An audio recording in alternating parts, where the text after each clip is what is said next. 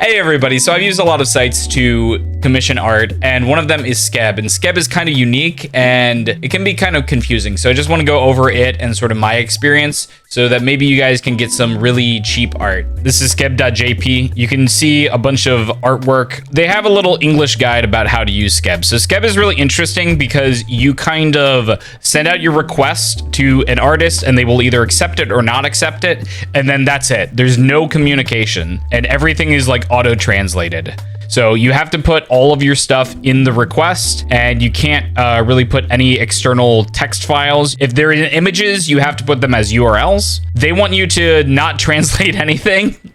And then finally, they don't want you to talk to the creator outside of Skeb. So I like this because I don't have to actually design anything or anything like that. I just send them my reference sheet and I get back stuff. You sign in with Twitter, you request, and you go and do all that other stuff. What I did for art is I will just go through, you know, and you'll be like, okay, well, like maybe I like this person.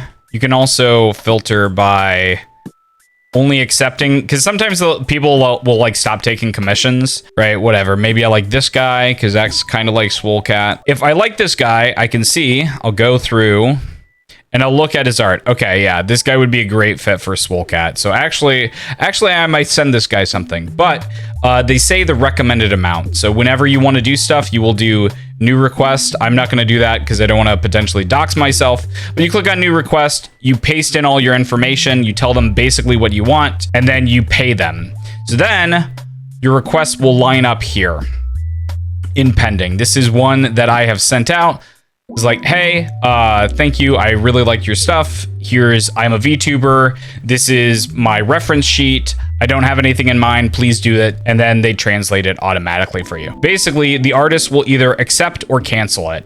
And if it cancels, it goes in here. The one thing that's kind of bad about Skeb is that you have to pay for every request, even if it gets canceled. So you pay for the request, and then if it gets canceled, it'll refund you. But they're kind of really wishy-washy about when you will get your refund, so that's something to keep in mind. But what's nice is that everything is in Japanese yen, and the Japanese yen is relatively weak against the US dollar, so you kind of get like a discount built in. So while I would say like, okay, this is 6,000 yen, right? Initially, I'm like calculating just in my mind, the basic rule you can generally use, drop the last two zeros. So this would be $60, but it's not actually $60. 6,000 yen is not actually $60. It's actually $45.